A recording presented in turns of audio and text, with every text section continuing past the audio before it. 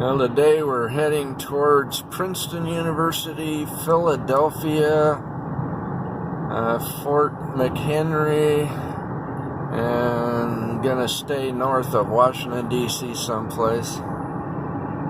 So now we're probably just gonna have to stop for breakfast up here in a little ways. We're kind of heading southwest along the Atlantic seaboard coastline. Over and out.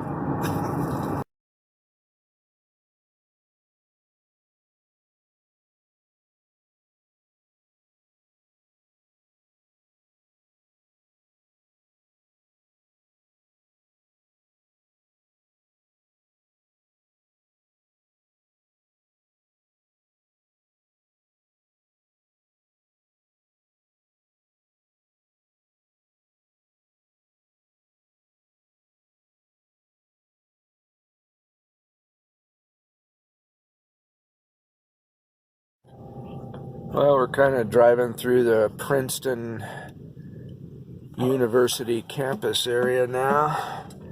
There's so many trees, though, there's not going to be much to see except here and there.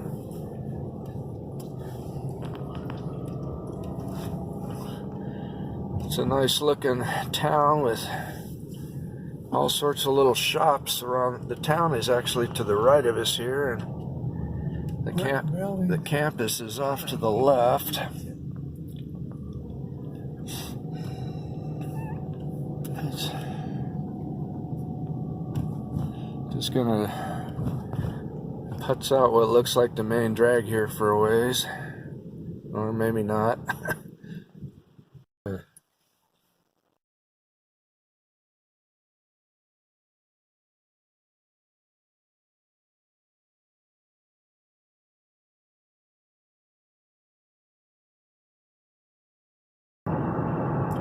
Well, we're getting close to Philadelphia, and going to turn off here pretty soon to the visitor center. And it looks like it's a thriving metropolis out there, but we want to go see the Old Town and Independence. Well, that's not good. The Independence Hall and everything. So we'll take a few pictures when we get there.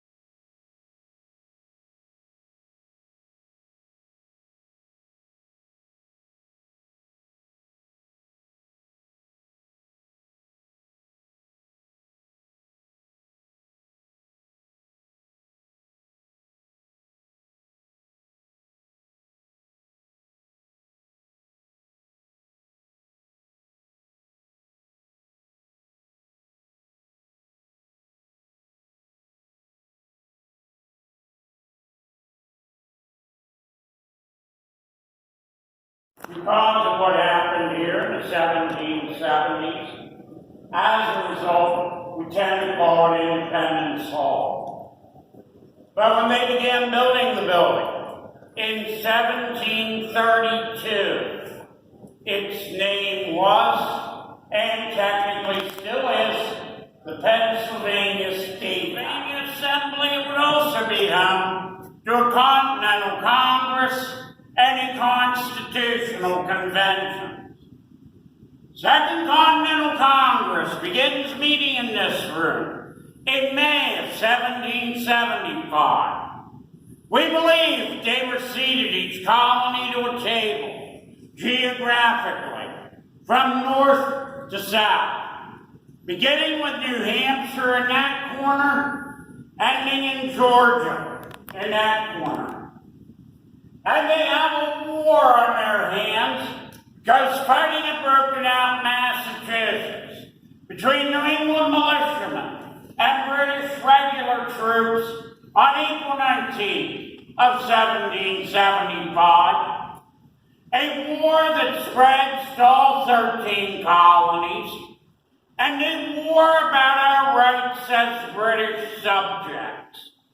At this point, there's only a handful of delegates in the room whispering the I word. But that changes significantly in January of 1776 with the publication of a pamphlet called Common Sense, written by Thomas Paine, that pointed out such things as Americans can and should be able to govern themselves. Common Sense changes American opinion so much that on June 7th, it is a very confident Richard Henry Lee of Virginia who stands to present the following resolution.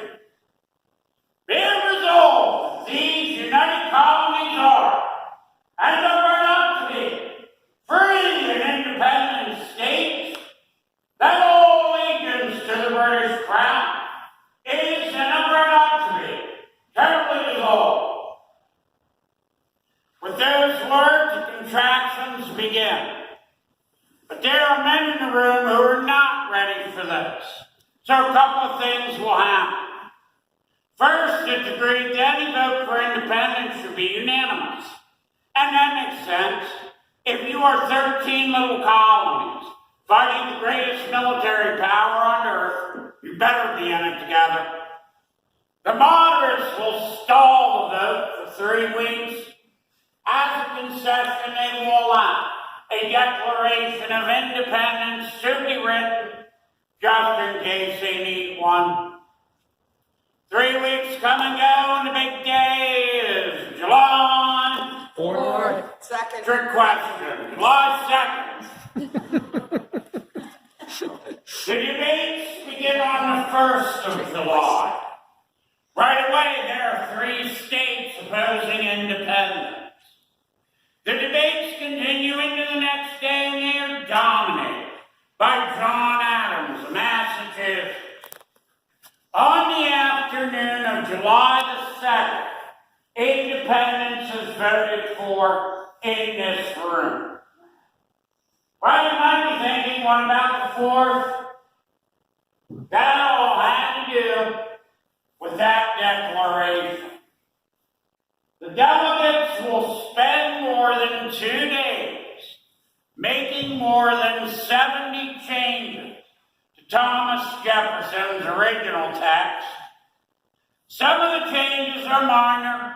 There were men who objected to calling the king a tyrant. Some have serious consequences. An entire paragraph condemning the Atlantic slave trade is removed. But on July the 4th, everybody in the room agrees to what it is. They will tell the world why they are doing what they are doing by adopting the Declaration of Independence. Then there was no CNN to cover events live. Americans tended to believe what they read. That is how we come to celebrate it on this day. They will have a legal copy of this declaration, one that the delegates will sign. The signing takes place in this room on August 2nd of 1776. Now, the Declaration of Independence does not create a single free and independent nation. It creates 13 of them, loosely tied together by something called the Articles of Confederation and a British military threat. When the war is over in 1783, these states turn against each other. Things get very bad very quickly. So much there's a call for a convention to meet in this room, beginning in May of 1787, to fix the articles. That convention is presided over by George Washington, who sat in that chair. That is the only item that we are certain had been here. Now the delegates know they cannot fix the articles, that they will need to create a new form of government. Because they are exceeding their instructions, they will meet in secret, with the doors and windows closed. But on September 17, 1787, prepared for signing at the front of the room, is the Constitution of the United States. It is a rather unique form of government. The preamble begins, "We the people of the United States." But in 1787, that did not include all the people. That referred to mostly white male property owners. Still, the men in the room had created America, because into this they had put a mechanism for change. And that would allow this Constitution to come alive and to grow as we grew and matured, both as a nation and a people. It changed as our attitudes changed about such things as slavery and the rights of women. And today it is over 231 years old. Benjamin Franklin was a delegate to that convention. He was the oldest man in the room at age 81. And at the end of the convention, he made this remark. Said, during the course of these debates, I had often looked at the sun on the back of the president's chair, trying to determine if it was a rising or a setting sun. At last, at length, I have the happiness to know that indeed it is a rising and not a setting sun.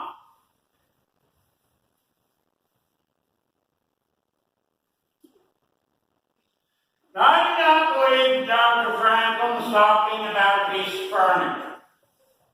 I believe that he was talking about the dawning of a new nation within this room. A nation conceived in liberty, dedicated to the proposition that all men are created equal.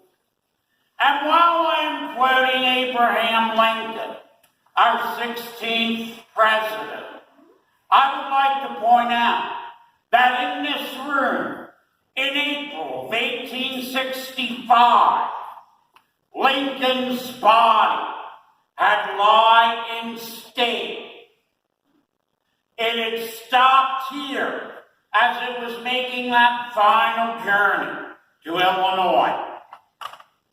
So please keep in mind that none of this is without a cost. That concludes my presentation. We'll be going out the door and to the right. I will meet you outside if you have any questions, and if not, I will take the opportunity to thank you for visiting us today, and I hope you have a great afternoon.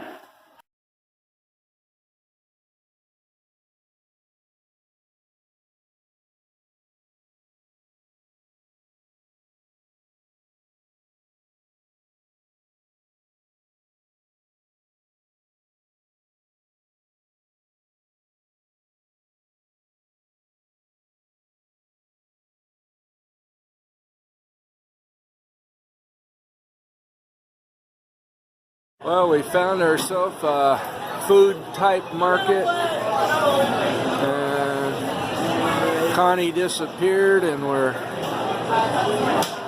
just waiting for her to come back from her gluten-free place.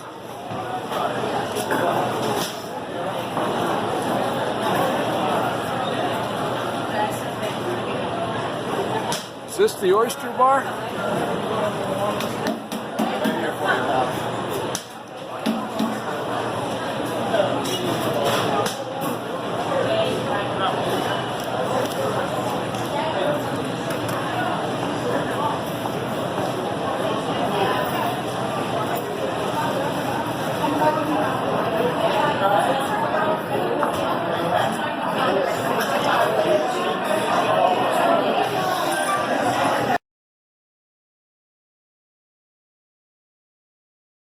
Heading out of Philadelphia, and we're heading for Baltimore.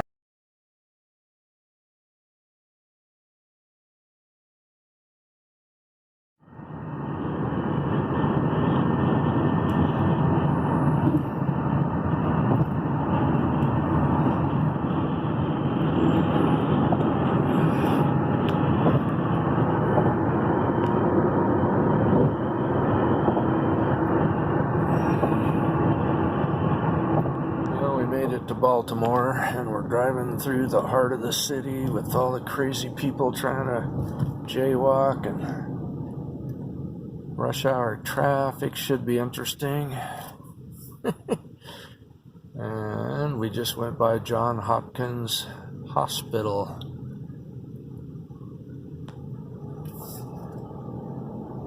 And Broadway, which ain't very broad.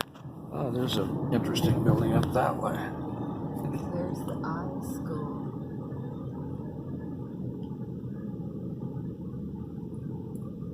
Anyway, we're trying to get to Fort McHenry, where the Star Spangled Banner came from. With a little luck, we'll... High school on our left, or right, I should say. Oh, Lawrence Dunbar High School.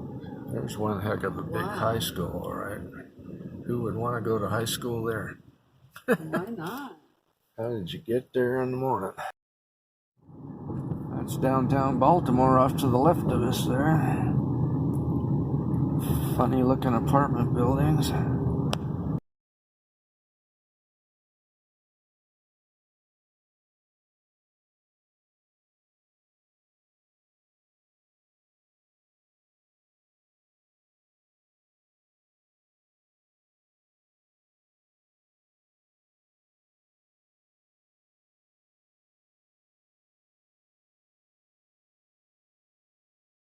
Well, we got to Fort McHenry too late. Oh, you can see one cannon out there. But that's where the flag used to fly anyway. Look at the squirrel right there. Yeah. Anyway, we're past the 5 o'clock closing time, so they didn't let us go see anything. Like a star.